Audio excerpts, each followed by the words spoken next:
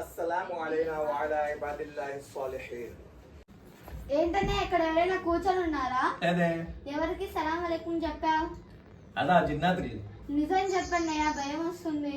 మజాక్ చేస్తున్నాలే కానీ అల్లాహ్ ఖురాన్ లో చెప్పడం జరిగింది, వైదా దఖల్తుం బుయూతన్, ఎప్పుడైతే మీరు ఇంట్లో ప్రవేశిస్తారో వసల్లిము అలా అన్ఫుసికుం, మీరు సలాం తెలపండి. తహియ్యతం మిన్ ఇందిల్లాహి ముబారకన్ తొయ్యిబా, చాలా బెహతరీన్ సలాం, చాలా మంచి సలాం చెప్పండి. ఇంట్లో ఎవరున్నా ఎవరు లేకపోయినా సలాం చెప్పాలి.